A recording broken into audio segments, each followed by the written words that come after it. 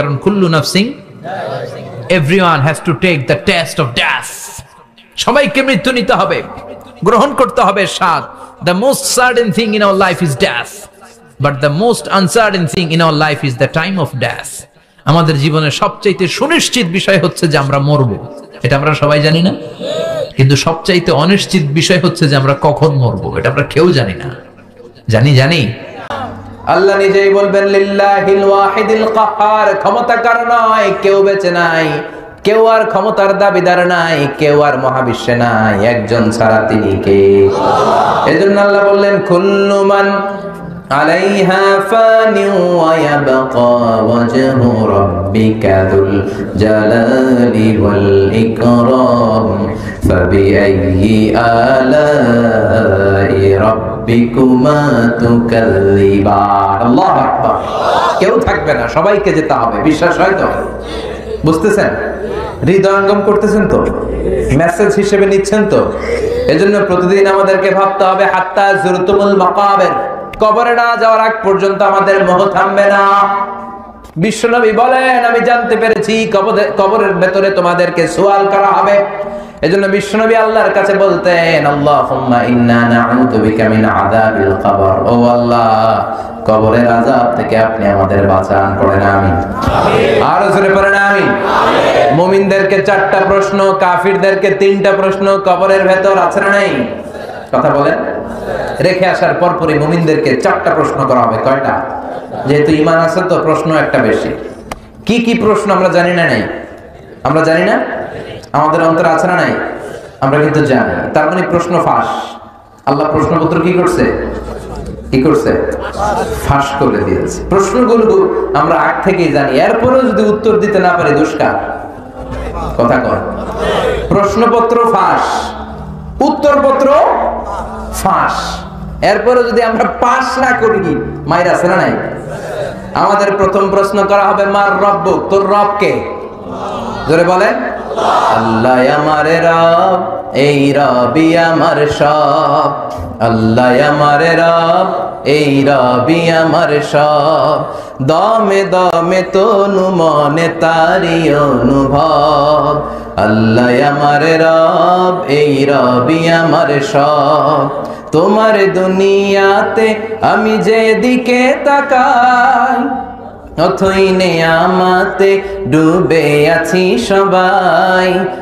পাখালির গানে শুনি তাসবিহ কলরব, তাসবিহ কলরব।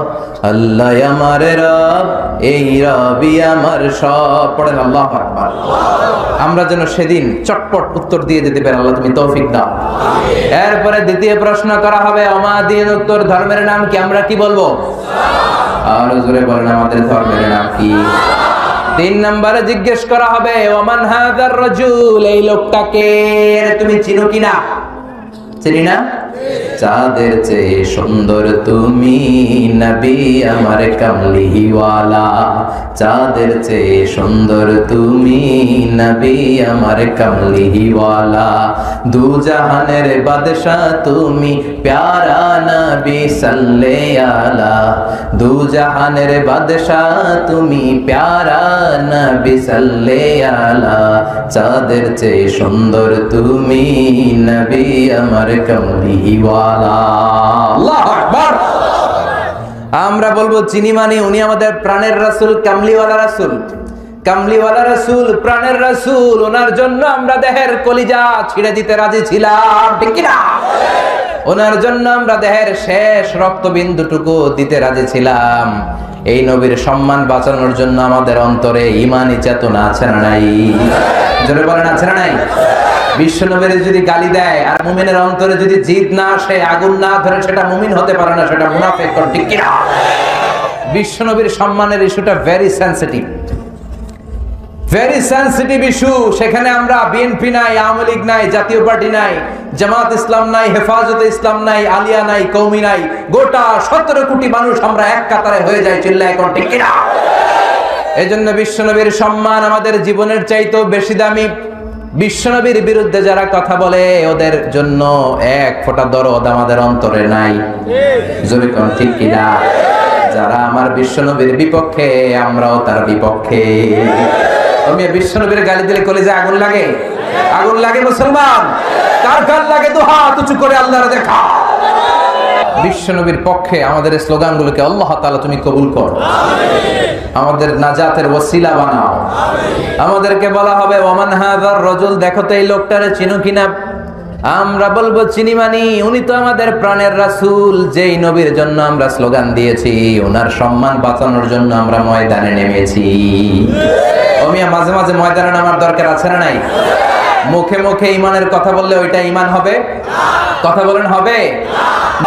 এজন্য বিশ্বনবীর গালি দিলে, মুমিন যদি ঘরে বসে থাকে, তার কলম যদি না চলে, তার মুষ্টিবদ্ধ হাত দিয়ে স্লোগান যদি না চলে, প্রতিরোধের দুর্বার আন্দোলন যদি না চলে, ওইটা মুমিন নয়, ওইটা বোবা শয়তান মুনাফিক। আমাদেরকে বলা হবে ওমান হাযার রাজুল, 3 নাম্বার প্রশ্ন, এই লোকটাকে চিনো কিনা? আমরা বলবো চিনি মানি, এটা তো আমাদের প্রাণের রাসূল, ঠিক কিনা? এই নবীর জন্য আমাদের দেহের রক্ত বিলিয়ে দিতে আমরা কোনটা বোধ করতাম? 3টা প্রশ্নের উত্তর শেষ, আলহামদুলিল্লাহ। এবার এডিশনাল প্রশ্ন, বাঘের বাচ্চার মতো উত্তর দেয়া হয়েছে। রবকে? আল্লাহ। দিন কি? এই লোককে বিশ্বনবী মুহাম্মদ রাসূলুল্লাহ সাল্লাল্লাহু। এবার এডিশনাল প্রশ্ন, ওমা ইলমুক। কাফেরদের এই প্রশ্ন নাই, কাফেরদের শুধু 3টাই, আমাদের কয়টা? কথা বলেন।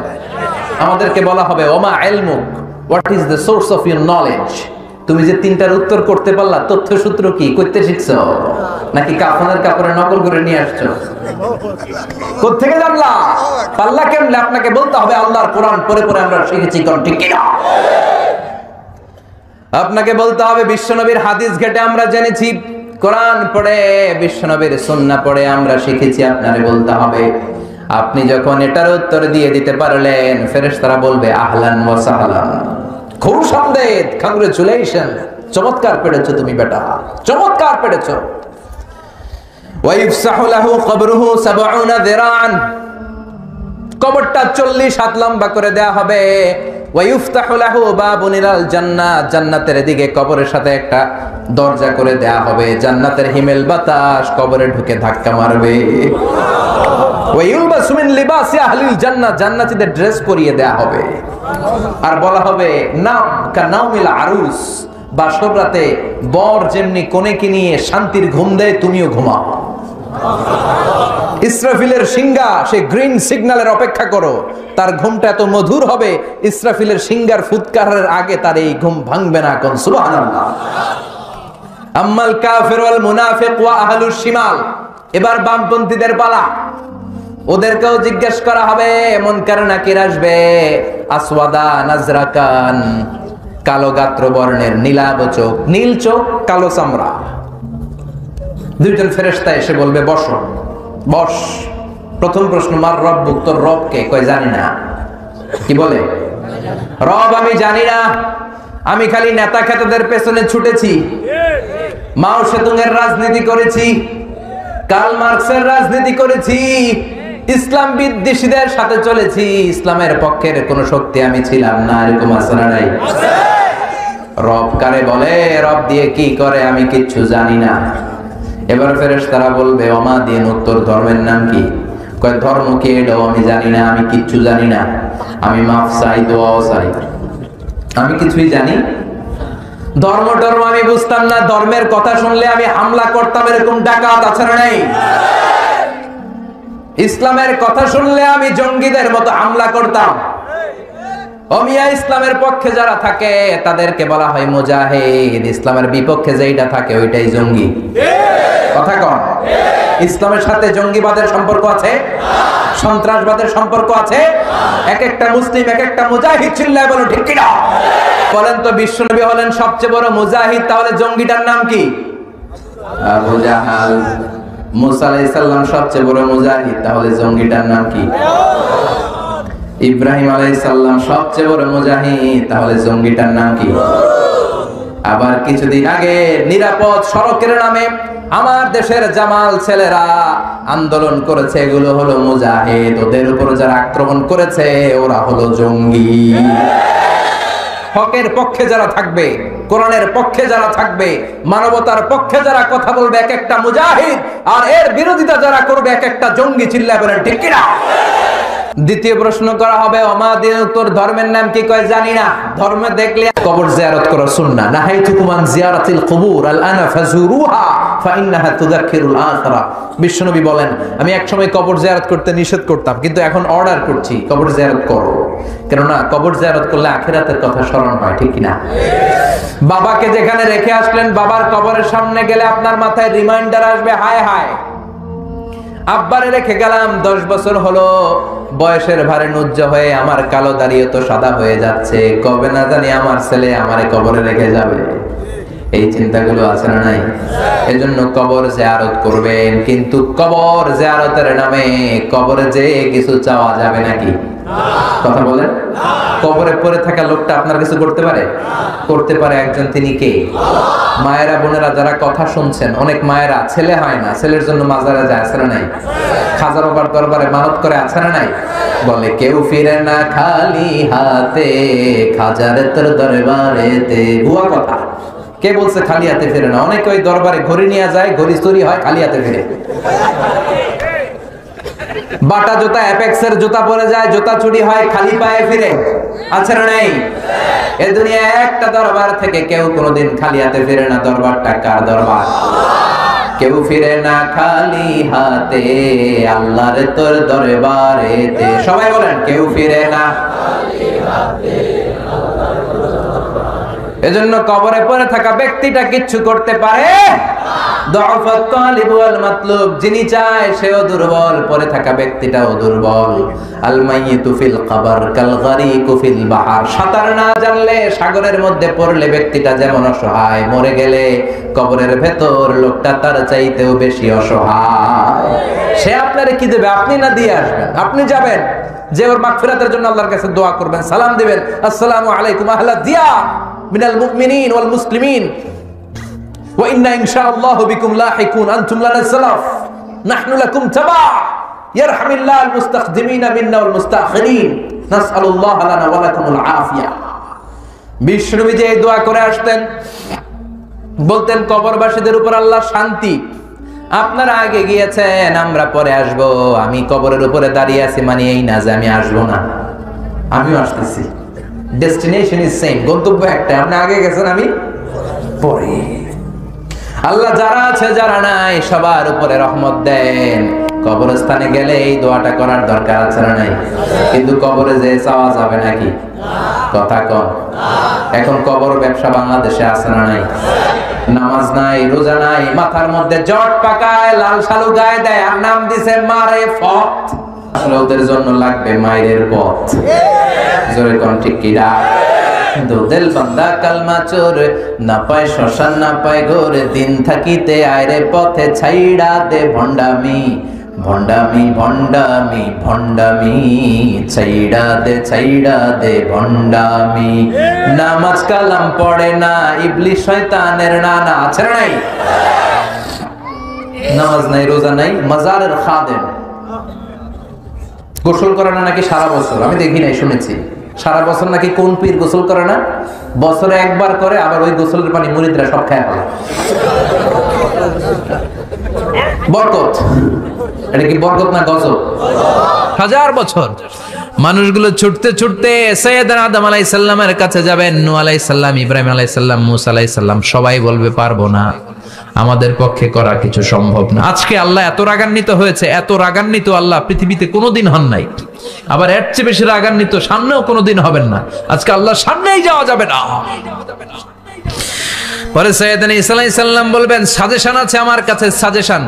আজকের এই কঠিন দিনে কোন নবী আল্লাহর সামনে দাঁড়াতে পারবে না, একমাত্র আখিরি জামানার পয়গম্বর বিশ্ব নবী মুহাম্মদুর রাসূলুল্লাহ ছাড়া সাল্লাল্লাহু। বিশ্ব নবী মাকামে মাহমুদে তখন সিজদায় পড়ে থাকবেন, কাঁদতে থাকবেন, সবার জিকির ইয়া নফসি, বিশ্ব নবীর জিকির ইয়া উম্মতি, আল্লাহু আকবার। আল্লাহ বলবেন, নবী আর কাঁদবেন না, মাথা তুলেন। ইরফা রাসাক, ও নবী মাথা তুলেন। সাল তুতা, আজকে যা চাবেন আমি তাই দেব। ওয়াশফা তুশাফা, যার জন্য সুপারিশ করবেন কবুল করে নেব। কঠিন দিন, ওই ভয়ঙ্কর দিনের ভয় অন্তরে থাকার দরকার আছে না নাই? ওই দিনটার নাম আল কারিয়া, আমাল ওমা আদরাকা মাল। এরপর আল্লাহ বললেন ফাআম্মা মান সাকুলাত মাওয়াজিনুহু ফাহুয়া ফি আইশাতির রাদিয়াহ ওয়া আম্মা মান খাফফাত মাওয়াজিনুহু ফাউম্মুহু হাওিয়া ওয়া মা আদরাকা মা হিয়া নারুন হামিয়া। পড়েন আল্লাহু আকবার। দেখেন আল্লাহটা বর্ণনাটা কেমন করে দিচ্ছেন। আল্লাহ বললেন সেদিন আমি মিজানের পাল্লায় তোমাদের সবকিছুর ওজন দেব। মিজানের বহুবচন হচ্ছে মাওয়াজিন। মিজান মানে দাড়ি পাল্লা, মিজান মানে কি? বহুবচন কি? মাওয়াজিন। আল্লাহ বললেন ফাআম্মা মান সাকুলাত মাওয়াজিনু, এই মিজানের পাল্লা যদি কেউ ভারী করতে চান একটা দোয়া সকাল সন্ধ্যা পড়বেন, সুবহানাল্লাহি ওয়া বিহামদিহি সুবহানাল্লাহিল আযীম।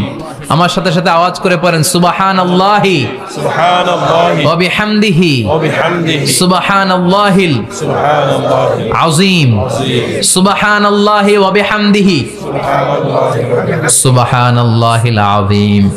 বিশ্বনবী বলেন এই দুইটা বাক্য জিহ্বায় উচ্চারণ করতে পাতলা, আল্লাহর কাছে বড্ড প্রিয়, কিন্তু মিজানের পাল্লায় রেখে দিলে ওজন হয়ে যাবে। যারা পরিমাণ ভালো করেছেন সেটারও প্রতিদান সেদিন দিবে কে? যাদের মিজানের পাল্লা ভারী হয়ে যাবে ফাহুয়া ফি আইশাতির রাদিয়া, সে আরামে থাকবে, সুখে থাকবে। তাকে সামনের দিক থেকে এনে এই ডান হাতে আমলনামা দেয়া হবে।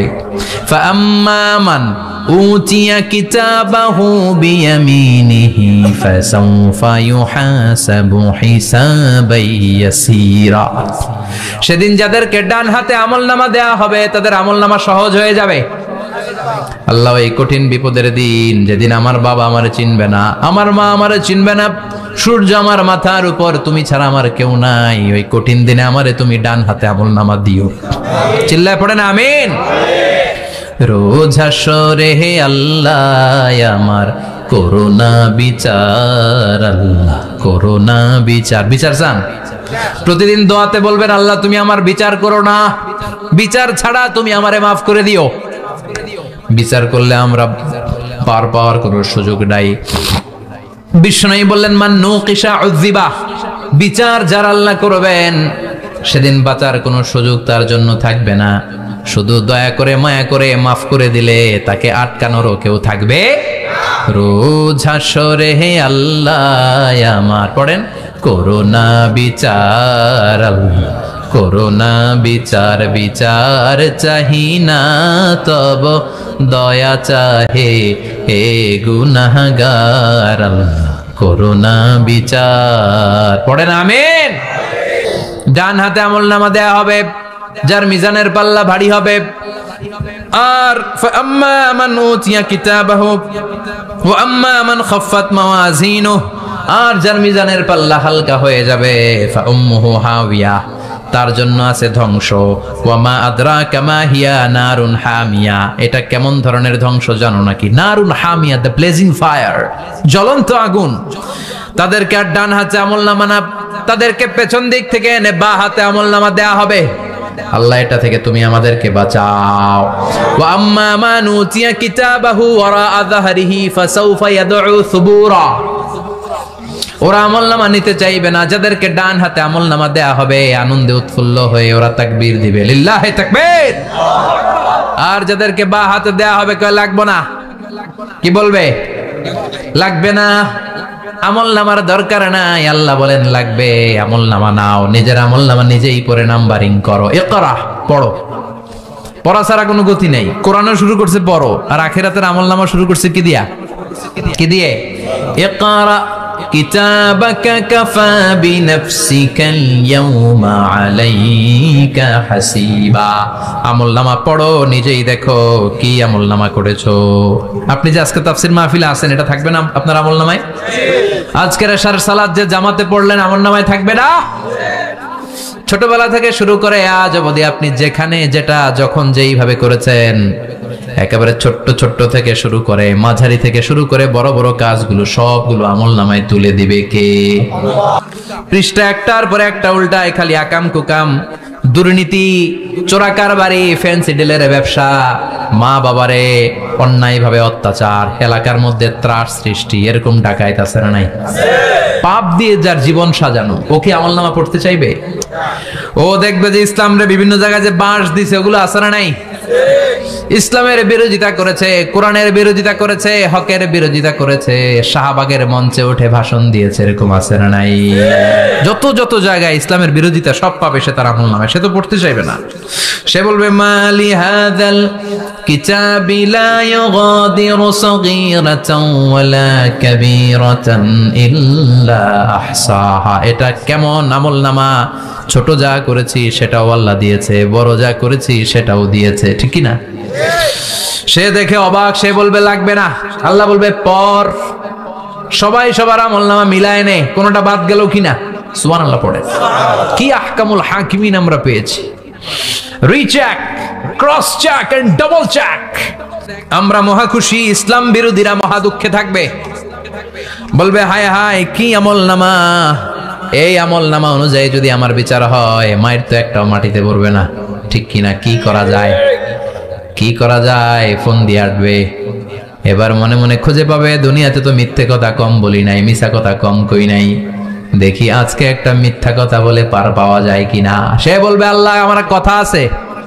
আল্লাহ বলবে কি কথা? কয় আল্লাহ এটা তো আমার আমলনামা না। বলবে আল্লাহ এটা তো আমার আমলনামা না, তোমার ফেরেশতারা ভুল করে আরেকজনেরটা আমারে দিছে। আরেকজনেরটা সলিমুদ্দিনটা আমি কলিমুদ্দিনে দিয়ে দিছি। আল্লাহর ফেরেশতারা ভুল করে কথা বলেন। সে বলবে না আল্লাহ এই এত খারাপ কাজ তো আমি করি নাই, আমি তো এত খারাপ ছিলাম না, আমি ভালো মানুষ, আমার আমলনামা না আরেকজনের আমলনামা আমাকে দেয়া হয়েছে। আল্লাহ বলে আমি যদি প্রমাণ করে দিতে পারি এটা তোরই আমলনামা, কি হবে? সে বলবে আল্লাহ প্রমাণ করে দিতে পারলে দেখা যাবে। আল্লাহ বলবে কিরামান কাতিবিন, আমার স্পেশাল দুইজন ফেরেশতা, তাদের কাছে তোমার এই আমলনামার একটা ব্যাকআপ ফাইল আমার আছে। সুবহানাল্লাহ কোন। কিরামান কাতিবিনা ইয়ালামুনা মা তাফআলুন।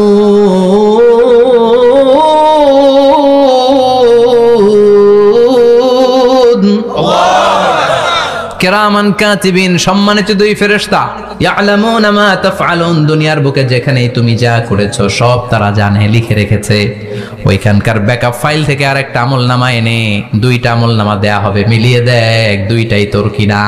এবার মিলিয়ে দেখবে প্রতিটা শব্দে শব্দে, বাক্যে বাক্যে, অক্ষরে অক্ষরে মিলে যাবে। সুবহানাল্লাহ পড়ে। উনি তো আহকামুল হাকিমিন, উনি প্রমাণ করার সব বন্দোবস্ত করে রেখেছেন। চিল্লা এখন ঠিক কিনা? আমি এগুলো করি নাই। আপনার কিরামান কাতিবিন ভুল কইরা আমারে দিয়েছে, আমি কি করব? আমি তো ভালো মানুষ। আল্লাহ বলবেন তোর মাথাটা উপরের দিকে কর, তোর গলার নিচে এইখানে আমি একটা লকেট দিয়েছি। সুবহানাল্লাহ পড়ে। এই লকেটের মধ্যে দুনিয়ায় তুই যা বলেছিস, যা করেছিস সব আমি লিপিবদ্ধ করে রেখেছি। সব মানুষের গলার মধ্যে আমি একটা ছোট্ট লকেট দিয়ে রেখেছি। ওয়া কুল্লা ইনসানিন আলজামনাহু তায়রাহু ফি উনুকিহি ওয়া নুখরিজু লাহু ইয়াওমাল কিয়ামাতি কিতাবান ইয়ালকাহু মানশুরা। তোর মাথাটা উপরের দিকে কর, তোর গলার মধ্যে ছোট্ট একটা সিম কার্ডের মতো লকেট আমি ঝুলিয়ে দিয়েছি। দুনিয়াতে যখন যা করেছিস, যা বলেছিস সব আমি সিস্টেমে এটার ভেতরে ঢুকিয়ে দিয়েছি। সব আছে এইখানে। ওয়া কুল্লা ইনসান, সবার আছে। আলজামনাহু তায়রাহু ফি উনুকিহি ওয়া নুখরিজু লাহু ইয়াওমাল কিয়ামাতি কিতাবান ইয়ালকাহু মানশুরা। প্রতিটা মানুষের গলায় এটা দেয়া, বাঁচার কোনো উপায় নাই। আল্লাহ সেখান থেকে আরেকটা প্রিন্ট আউট বের করে বলবেন দেখ মিলে যায় কিনা। গাদ্দার দেখবে এটাও মিলা যায়, বাঁচার উপায় আছে। এরপরও লাস্ট চান্স, আবার বাঁচার জন্য বলবে আল্লাহ আমি করি নাই। আল্লাহর কাছে প্রমাণ করে দেওয়ার মতো আরো হাজারো পদ্ধতি আছে না নাই? আল্লাহ বলবেন ইয়াহসাবুল ইনসানু আল্লান নাজমা ইযামা বালা কাদিরিনা আলা আন নুসাউইয়া বানানা। আমি তোর প্রতিটা আঙ্গুলের ফিঙ্গারপ্রিন্ট আমার কাছে সংরক্ষণ করে রেখেছি। এই লা ইলাহার ঘোষণা দিয়ে যে মুমিন হয়, তার হাতগুলো আল্লাহর কাছে একেবারে সারেন্ডার, তার জিহ্বাটা সারেন্ডার, তার চোখগুলো সারেন্ডার, তার কানগুলো সারেন্ডার। সে চাইলেই মন যা চায় তা করতে পারে না, ঠিক কি না? আপনার কান দিয়ে যা শুনতে মন চায় শুনতে পারবেন? কেন পারেন না? কারণ আপনি মুমিন, ঠিক কি না? চোখ দিয়ে যা দেখতে মন চায় দেখা যায়। তাহলে ফাতাবাইয়ানু, নিউজ একটা শুনলেই আমরা শেয়ার দিব না ভাই, আমরা একটু চেক করব, ক্রস চেক, ডাবল চেক, নির্ভরযোগ্য তথ্যসূত্র তালাশ করব যে আসলে এই ঘটনাটা ঘটছে কিনা। 100% যখন আপনি confirm, then you may share in Facebook, that's not a big deal, then share দেন, জনসচেতনতার জন্য শেয়ার দেন, সমস্যা নাই। কিন্তু না জেনে শেয়ার দেওয়া যাবে? কথা বলেন। আল্লাহ রাসূল সাল্লাল্লাহু আলাইহি ওয়াসাল্লামের জীবনে এরকম একটা ঘটনা ঘটেছিল। হারিস বিন মিরার রাদিয়াল্লাহু তাআলা আনহু বনুল মুস্তালিকের যুদ্ধে জেতার পরে হারিস বিন মিরারকে বিশ্বনবী দায়িত্ব দিলেন যে হারিস বিন মিরার, তুমি এই এলাকার নেতা, কি করতে হবে আমাদের? বিশ্বনবী বললেন, নামাজ পড়বা, রমাদানের রোজা রাখবা, যাকাত আদায় করবা। মিরার বলে, তাহলে যাকাত নেন? বিশ্বনবী বললেন, না, 1 বছর পূর্ণ হওয়ার পরে যাকাত দিতে হয়। যাকাত কয় বছর পর পর? যাকাত প্রতিদিন দেয়া লাগে। হালানিল হাউল, 1 বছর যখন হবে আমি আমার সাহাবী পাঠাবো মদিনা থেকে, তখন দিয়ে দিও। বিশ্বনবী চলে গেলেন। 1 বছর পরে এক সাহাবীকে রেডি করলেন, যাকাতের সম্পদ নিয়ে আসো বনুল মুস্তালিকের পক্ষ থেকে। ওই সাহাবীর নাম হচ্ছে ওয়ালিদ ইবনে উকবা। বিশ্বনবী ডেকে বললেন, ওয়ালিদ যাও, 1 বছর সময় অতিক্রান্ত হয়েছে, বনুল মুস্তালিকের লোকদের যত যাকাতের সম্পদ জমা হয়েছে নিয়ে আসো।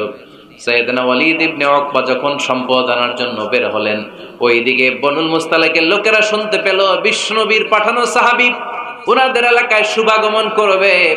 ওই সাহাবীকে লাল গাড়িচার সংবর্ধনা দেওয়ার জন্য সেনাবাহিনী সহ পুরো এলাকা থেকে সব সৈন্যবাহিনী সহ তারা মরুভূমির মধ্যে এসে দাঁড়িয়ে রয়েছে।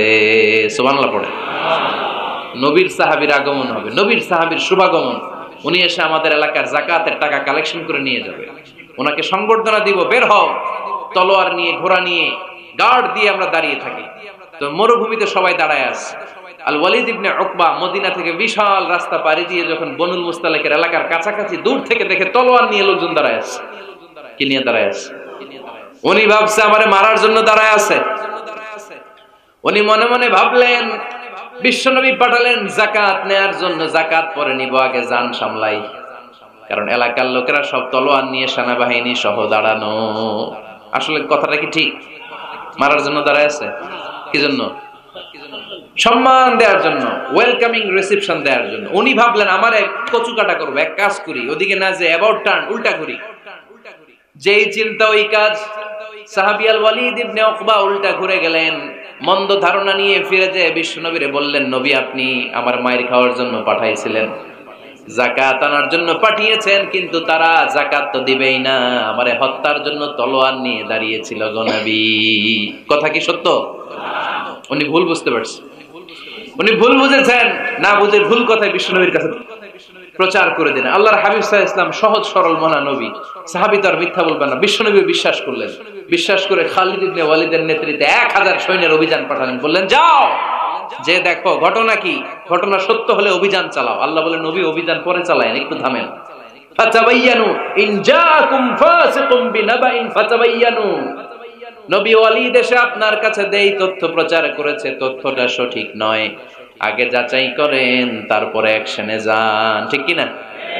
আমরা ডাইরেক্ট অ্যাকশন মারি। আমরা কি করি? Action, action, direct action. সত্য না মিথ্যা ধার ধারি না। আল্লাহ বললেন, নবী অভিযান চালাবেন না। ওয়ালিদ যেই কথা আপনারে বলেছে এই কথাটা সত্য নয়। আন তুসিবু কওমান বিজাহালাতিন ফাতুসবিহু আলা মা ফাআলতুম নাদিবিন। আপনি যদি ওই মুসলমানদের এলাকায় না জেনে অভিযান পাঠান, এই অভিযানে যদি কেউ মারা যায়, প্রত্যেকটা মৃত্যুর দায়ভার কিন্তু আপনার কাঁধেই বর্তাবে গো নবী। ঠিক কি না?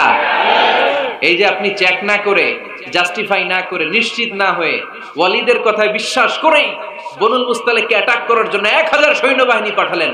ওরা যদি আক্রমণ করতো, কেউ যদি মারা যেত, এই দায়ভার কার? আমার নবীর। ঠিক কিনা?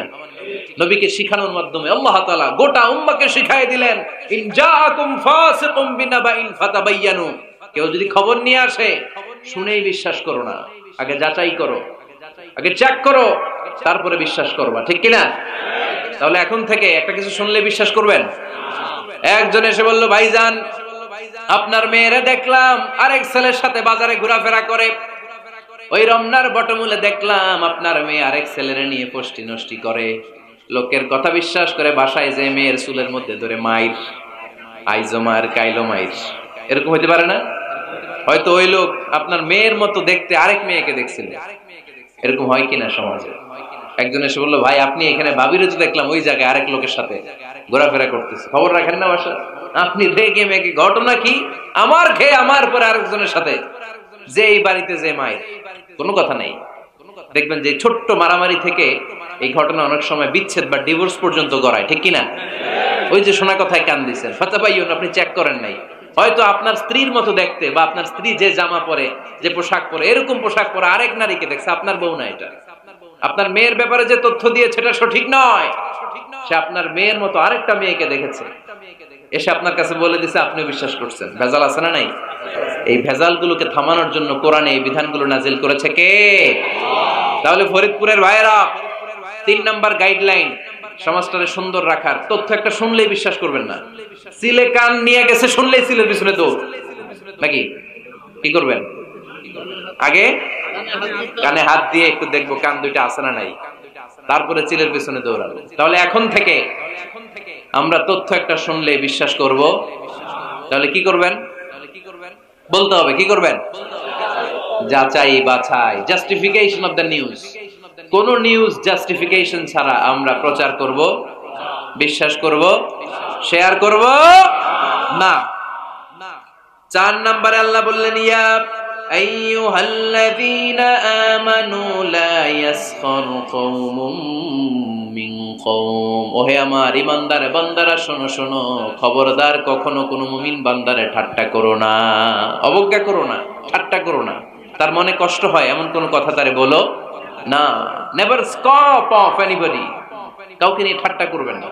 তার দেহ নিয়ে, তার আকৃতি নিয়ে, তার বংশ নিয়ে।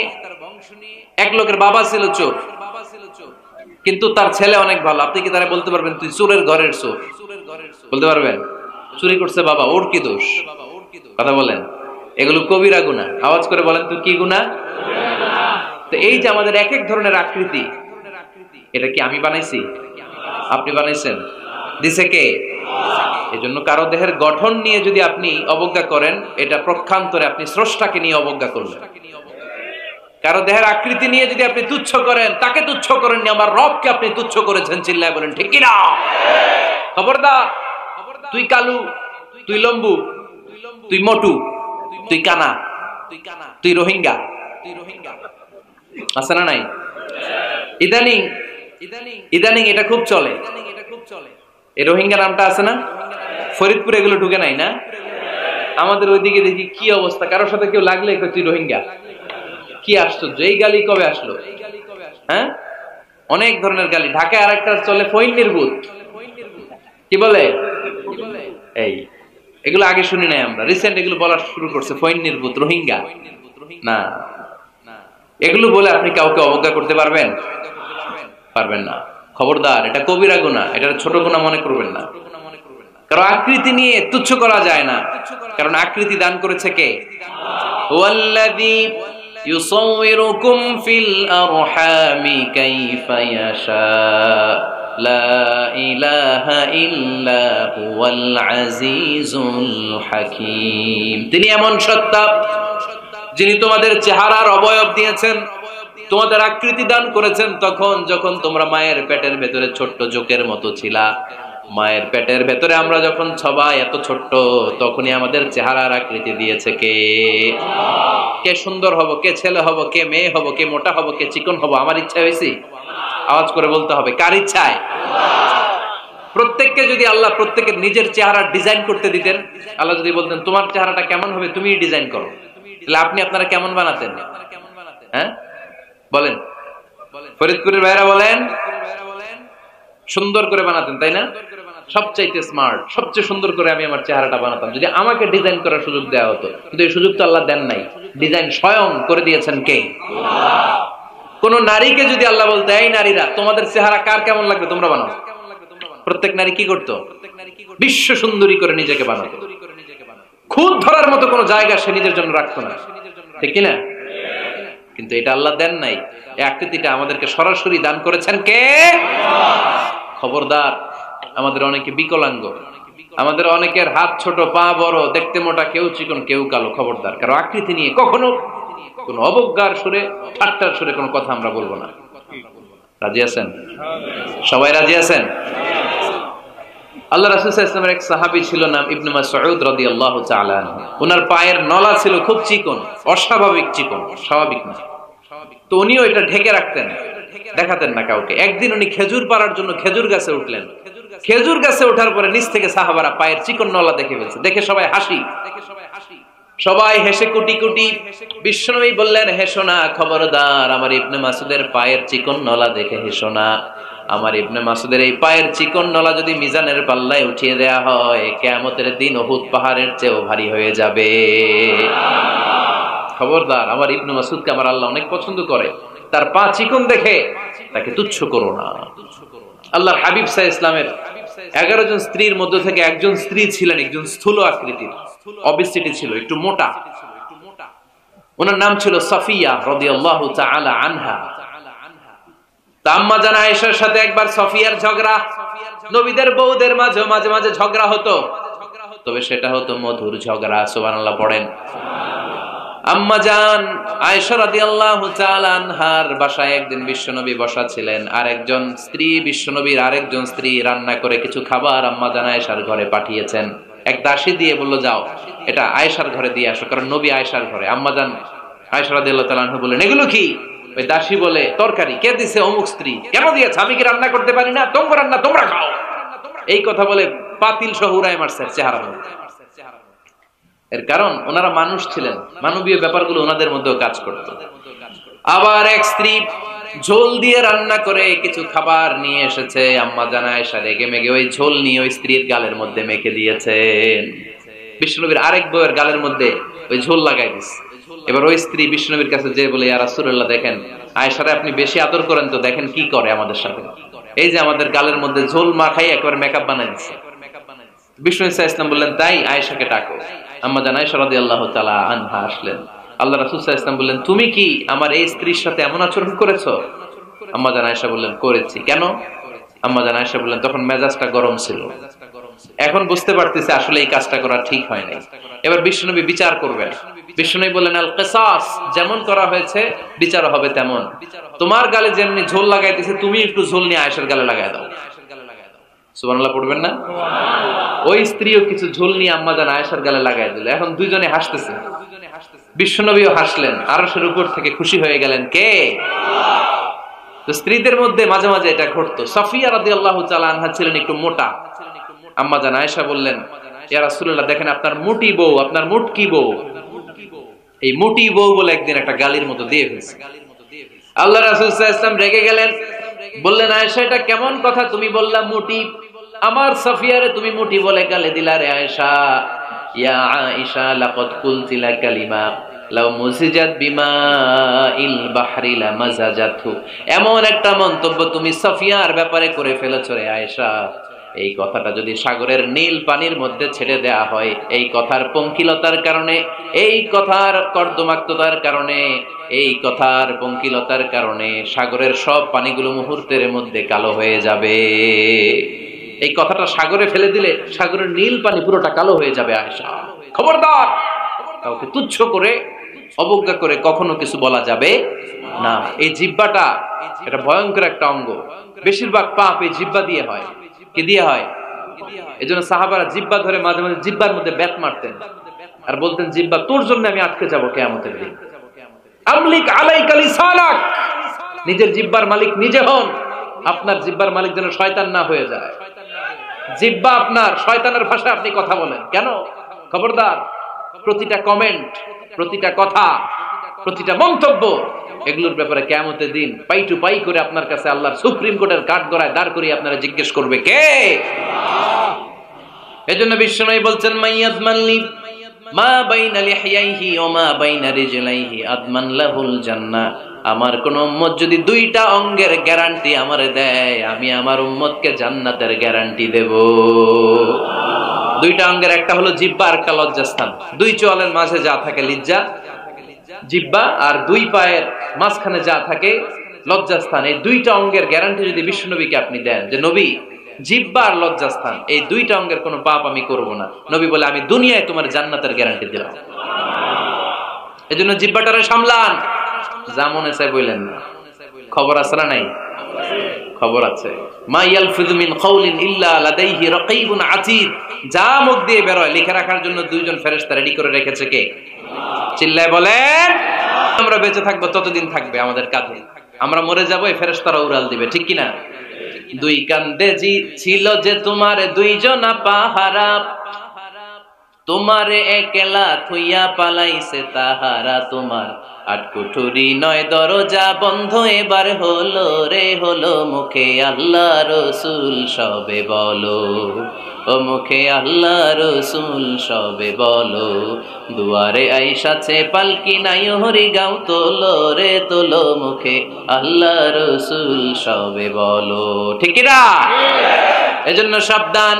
আমলিক আলাইকা লিসানাক, নিজের জিহ্বার মালিক নিজে হন। মন যা চায় মুমিন তখন ইচ্ছা মতো মন মতো কোনো মন্তব্য ছুটতে পারে না। বিশ্বাসী বলে যদি নিজেকে দাবি করে, নিজের জিহ্বার মালিক নিজে থাকার দরকার আছে না নাই? তাহলে 4 নম্বরে আল্লাহ বললেন লা ইয়াসখার কওমুন মিন কওম, কেউ কাউরে ঠাট্টা করব না, আমরা অবজ্ঞার সুরে কোনোদিন কাউরে কোনো কথা বলবো না। এরপরে 5 নম্বরে আল্লাহ বললেন ওয়ালা তালমিজু আনফুসাকুম, খবরদার তোমরা অন্যের দোষ খোঁজো না, দোষ খুঁজবা নিজেদের। কিন্তু সমাজে আমরা অন্যের দোষ খুঁজি কি খুঁজি না?